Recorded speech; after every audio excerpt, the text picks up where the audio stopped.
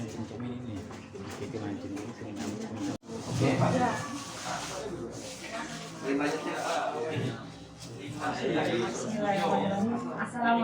warahmatullahi wabarakatuh. Waalaikumsalam warahmatullahi wabarakatuh. Alhamdulillahirrahmanirrahim. Wassalatu wassalamu ala asyrofil anbiya'i wal mursalin wa ala alihi wa ashabihi ajmain. Alhamdulillah hari ini kita dipertemukan di satu momen ya untuk mengadakan PKM. Di sini saya selaku pembawa acara, saya ingin membacakan dulu susunan acara. Ya. Yang pertama adalah pembukaan yang terdiri langsung ke inti dari acara pada hari ini, dilanjutkan dengan sesi diskusi, dan acara yang terakhir adalah penutup pada pagi hari ini dengan berdoa menurut agama dan kepercayaan kita masing-masing. Amin. Baik, untuk selanjutnya adalah sambutan dari Ketua RT, yaitu yang akan disampaikan oleh Ketua RT 2 RW 1 Kelurahan Kauman. Bismillahirrahmanirrahim. Assalamualaikum warahmatullahi wabarakatuh. Alhamdulillah wassalatu wassalamu ala Rasulillah wa ala alihi wa sahbihi wa mawala ba'd. Yang saya hormati pimpinan Politeknik Ketapang atau yang mewakili para Bapak Ibu dosen, mahasiswa, kami hormati para pengurus RT, Bapak-bapak para undangan, para peserta yang mengikuti kegiatan pada pagi hari. Siang hari ini kita kebetulan mendapat undangan dari Pak Beni. Saya kemarin udah lama sih dia hubungnya saya pelaksana pada hari ini tanggal 6 ya, 6 November 2021. Alhamdulillah kami sebagai pengurus RT pertama mungkin mengucapkan terima kasih. Barangkali kami mohon maaf kalau memang ada kekurangan dalam pelaksanaan dan pelayanan kami. Yang tentunya barangkali kegiatan ini sangat kita harapkan menjadi sebuah pengetahuan buat kami, terutama warga. Tidak salah tuh bawa alat praktiknya ya. Jadi mudah-mudahan kita bisa ikuti secara seksama dan mungkin bisa kita praktekkan di rumah, dan terlebih nanti kita bisa memberitahu warga-warga yang lain bagaimana cara pengelolaan sampah yang bagus. Saya selaku perwakilan dari Prodi WTT sebelumnya mengucapkan terima kasih kepada bapak-bapak yang sudah bersedia hadir dalam kegiatan pengabdian kepada masyarakat ini. Kegiatan pengabdian kepada masyarakat merupakan salah satu dari Sri Dharma kami di perguruan tinggi, selain dari pengajaran dan penelitian gitu Bapak. Jadi ini merupakan salah satu tugas kami sebagai tenaga pengajar di Politeknik Negeri Ketapang. Yang saya hormati para warga yang mungkin ini perwakilan dari RT-RT ya. Saya pikir kemarin cuma warga RT sini, cuman alhamdulillah ini sudah mewakili mungkin bisa dikatakan kelurahan gitu ya, dari RT-RT yang ada di Kauman ini. Untuk yang pertama kali kami ucapkan terima kasih telah difasilitasi. Mudah-mudahan kami di sini tidak bermaksud untuk mengajari, mungkin ada yang lebih berpengetahuan. Kita di sini cuma untuk sharing, diskusi, nanti untuk siapa tahu ada inovasi atau ide yang lain untuk pengembangan ke depan. Untuk masalah di sini temanya untuk pengolahan sampah-sampah rumah tangga. Nah, jadi hari ini kita akan coba membahas tentang begitu melihat sampah itu bukan sampah kotoran atau apa yang kita lihat, terpikir bagaimana sampah yang ada ini bisa terkelola dengan baik. Ya, kalau dari sini kita yang bersumber dari rumah tangga. Nah, salah satunya adalah dengan cara membuat kompos, ya, dikomposkan. Apa itu kompos? Kompos itu proses dekomposisi ya. Kalau dekomposisi itu bahasa ini ya. Bahasa sederhananya penguraian gitu ya, penguraian. Nah, kenapa harus dikomposkan sampah-sampah organik itu?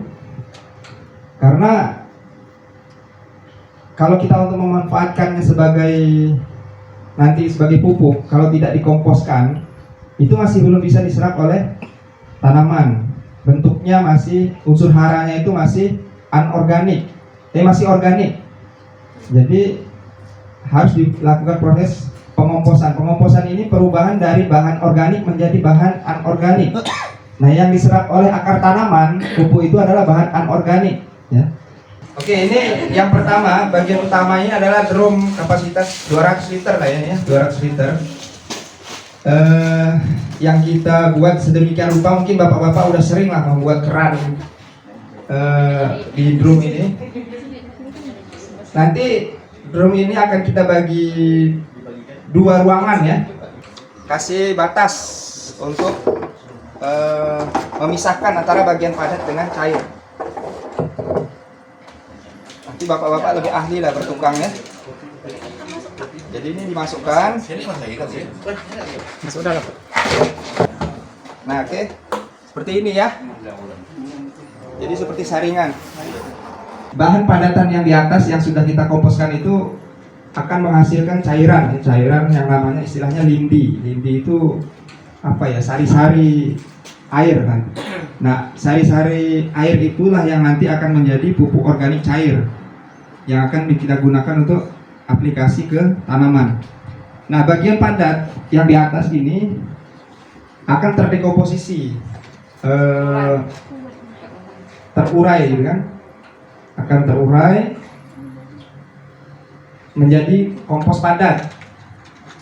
Nah, nanti akan bisa diambil kalau sudah matang komposnya, akan bisa diambil di lubang apa yang namanya pintu ventilasi lah di sini. Nah, bisa diambil secara periodik. Berapa lama bisa diambil padatan itu? Selama kurang lebih 2 bulan ya. 2 bulan. Ya memang lama, tapi nanti kalau sudah berjalan, awalnya lama, tapi nanti kalau sudah rutinitas tuh kita akan nanti malah kelebihan stok biasanya. Apalagi yang cair, bisa dibagi-bagi ke tetangga, ke pupuk-pupuk cairnya itu. Nah, kemudian bagaimana cara aplikasinya ke tanaman? Biasanya kadang-kadang yang cair bagaimana, yang padat bagaimana? Yang padat itu kan biasanya bisa diaplikasi langsung di tanah atau dicampur dengan media tanam ya. Dengan dosis biasanya yang standarnya itu 1:1, 1 bagian pupuk kompos, 1 bagian tanah ya.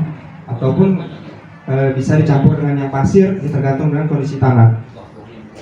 Kemudian yang cair bagaimana cara pengelolaannya? Apakah bisa langsung disiramkan ke tanaman atau bagaimana dosisnya berapa gitu kan? Nah, untuk yang POC yang hasil dari komposter ini untuk aplikasi ke tanamannya perlu diencerkan. Artinya ditambah dengan air ya. Jadi tidak langsung disiram ke tanaman. Takutnya nanti malah walaupun ini organik, dia juga bisa menyebabkan overdosis nanti, overdosis. Nah, pengencerannya standarnya biasa itu 5-10%. Artinya gimana 5-10% itu? Bisa gini, 1:5 atau 1:10. 1 liter air, 1 liter POC-nya 10 liter air. Kalau di toko itu kan kita ada pernah lihat ini mungkin bapak-bapak ibu-ibu ya, EM4 ini. Ini kan isinya ini kan makhluk halus. Ada makhluk halusnya ini. Makhluk halus maksudnya makhluk bakteri ya, mikroorganisme yang membantu proses pengomposan atau dekomposisi.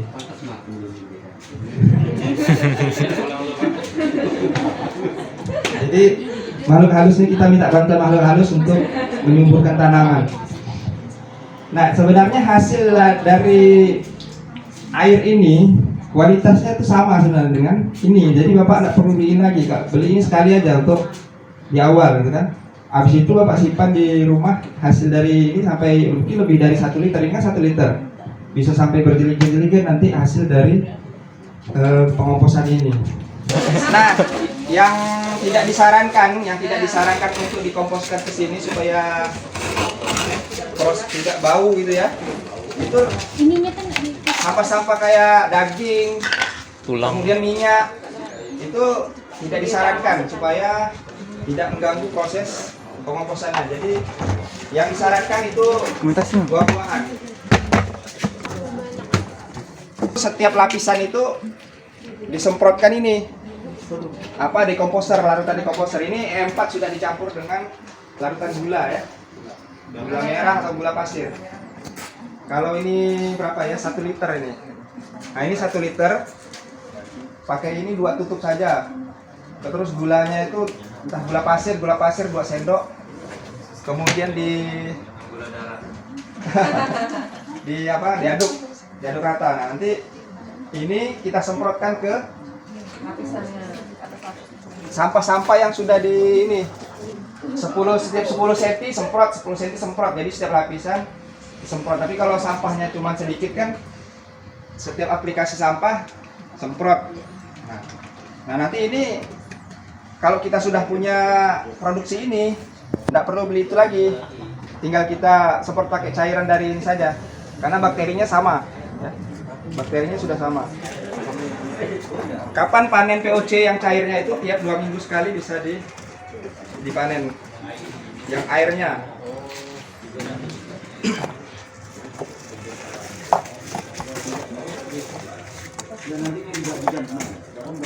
Ciri-ciri komposnya sudah masak itu seperti apa?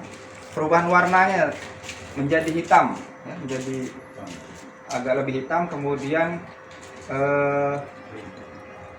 tekstur atau bentuknya itu sudah tidak seperti aslinya, sudah mulai remah. Kemudian aromanya sudah, kalau masih di dalam ini mungkin aroma seperti tapai itu ya. Nah itu mungkin ke pengaruh yang bagian atas, tapi aslinya kalau kompos yang sudah masak itu aromanya seperti tanah, sudah tidak berbau. Jadi baunya aroma tanah. Ini harus tutup rapat ya. Tapi kalau kita tiap hari rutin ininya menambahkan sampah ya sekaligus untuk membuang gas-gas yang dihasilkan. Harapan kami itu pakai drum itu tidak cepat penuh. Tapi kalau dia kapasitas kecil, cuman ember kecil itu baru seminggu kadang-kadang sampah udah penuh gitu kan. Nah harapannya kalau menggunakan ini kita masukkan sampah itu lebih banyak kapasitasnya. Tapi yang disampaikan oleh Pak Beni dan itu pemaparannya jelas. Di Pak Toyan tadi bahwa apa yang disampaikan oleh Pak Beni tadi itu cukup jelas. Cuma satu ya yang mau saya tanyakan. Ya, Mengingatkan misalnya kalau orang mau tanam buah segala macam itu biasanya pengen hasil yang cepat. Tadi mungkin sejam itulah kira-kira. Tapi tidak begini kepentingan. Ini kepentingan masyarakat. Lain saya bagi-bagi nih. Ya, insya Allah sudah paham juga ibu. POC